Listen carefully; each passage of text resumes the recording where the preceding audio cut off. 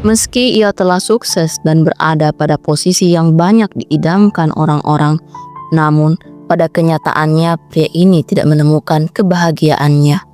Di pekerjaan ia bisa dikatakan sukses, namun di sisi kehidupan lainnya ia gagal.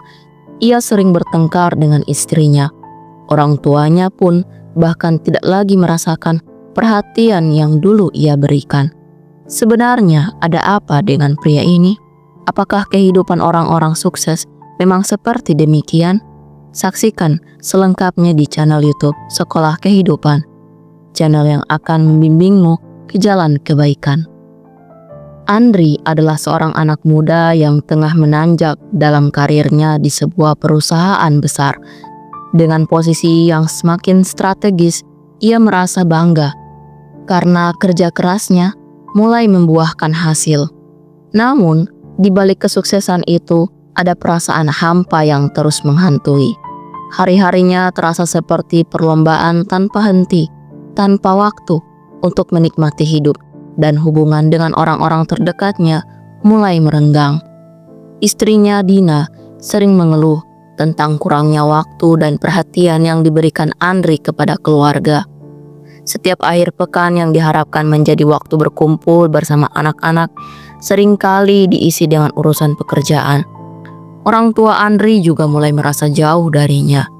Mereka menganggap Andri terlalu sibuk hingga lupa pada keluarga besar. Bahkan teman-teman lamanya merasa Andri sudah berubah menjadi pribadi yang sulit dijangkau.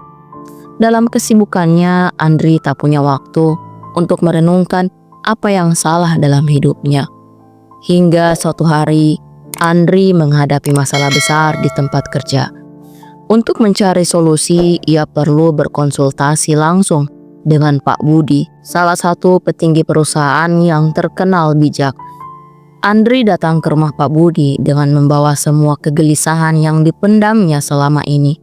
Namun ia tidak menyangka kunjungan itu akan menjadi momen yang mengubah cara pandangnya terhadap kehidupan. Saat tiba di rumah Pak Budi, Andri disambut dengan pemandangan yang memukau. Halaman rumah itu penuh dengan tanaman yang tertata rapi, bunga-bunga bermekaran, dan ada kolam kecil dengan air mengalir tenang. Andri tertegun sejenak, memikirkan bagaimana seseorang dengan tanggung jawab sebesar Pak Budi masih bisa merawat rumah yang begitu asri. Pak Budi yang sedang sibuk di meja kerjanya meminta Andri menunggu sejenak. Namun, sebelum Andri sempat masuk ke ruang tamu, ia bertanya, "Pak, bagaimana bisa Bapak merawat taman yang begitu indah sambil menjalankan tanggung jawab besar di perusahaan?" Pak Budi menatap Andri sejenak, lalu ia tersenyum. Ia kemudian mengambil mangkok kecil, menuangkan susu hingga penuh, dan berkata, "Andri, coba lakukan sesuatu untuk saya. Kelilingilah rumah ini dan nikmati apa yang ada, tetapi bawa mangkok ini. Pastikan susu di dalamnya tidak tumpah." Andri menerima mangkok itu dengan perasaan heran, tetapi ia tidak ingin mengecewakan Pak Budi. Ia melangkah pelan-pelan dengan penuh konsentrasi pada mangkok di tangannya. Setiap gerakan diperhitungkan agar susu tidak tumpah. Setelah selesai, Andri kembali ke ruang kerja Pak Budi dan menyerahkan mangkok itu dengan bangga. "Susunya tidak tumpah, Pak," katanya. Pak Budi mengangguk sambil tersenyum, lalu bertanya, "Apa kamu melihat koleksi batu-batu antik saya di ruang tamu? Atau burung-burung yang saya pelihara di taman belakang?" Andri terdiam, menyadari bahwa selama perjalanannya tadi, ia tidak memperhatikan apapun selain mangkok di tangannya. Ia meminta izin untuk mengelilingi rumah sekali lagi. Kali ini tanpa terlalu memikirkan susu di mangkok itu. Saat kembali, Andri dengan penuh antusias menceritakan apa yang dilihatnya. Ia terkagum-kagum dengan keindahan rumah Pak Budi.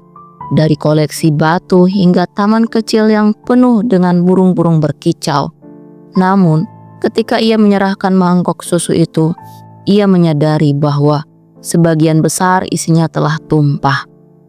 Pak Budi tertawa kecil, lalu berkata, "Andri, Apa yang kita pelajari hari ini?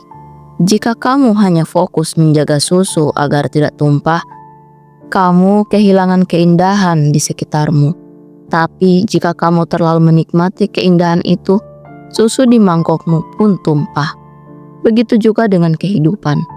Kita harus belajar menyeimbangkan keduanya. Menjalankan tanggung jawab tanpa melupakan hal-hal indah di sekitar kita. Perkataan itu langsung menyentuh hati Andri. Ia menyadari bahwa selama ini ia terlalu fokus pada pekerjaannya hingga mengabaikan keluarganya, teman-temannya, dan bahkan dirinya sendiri. Dengan penuh rasa syukur, Andri berterima kasih kepada Pak Budi. Ia pulang dengan tekad untuk memperbaiki cara hidupnya, membawa pelajaran berharga tentang keseimbangan hidup. Dari kisah ini, kita bisa mengambil beberapa hikmah. Yang pertama, keseimbangan hidup adalah kunci keharmonisan. Seperti mangkok susu, hidup membutuhkan keseimbangan antara tanggung jawab dan kenikmatan. Terlalu fokus pada satu sisi dapat membuat kita kehilangan sisi lainnya. Dalam hidup, penting untuk menjalankan kewajiban sambil tetap menikmati momen-momen indah yang ada di sekitar kita. Keseimbangan inilah yang menciptakan kehidupan yang harmonis. Yang kedua, jangan abaikan orang-orang yang berarti.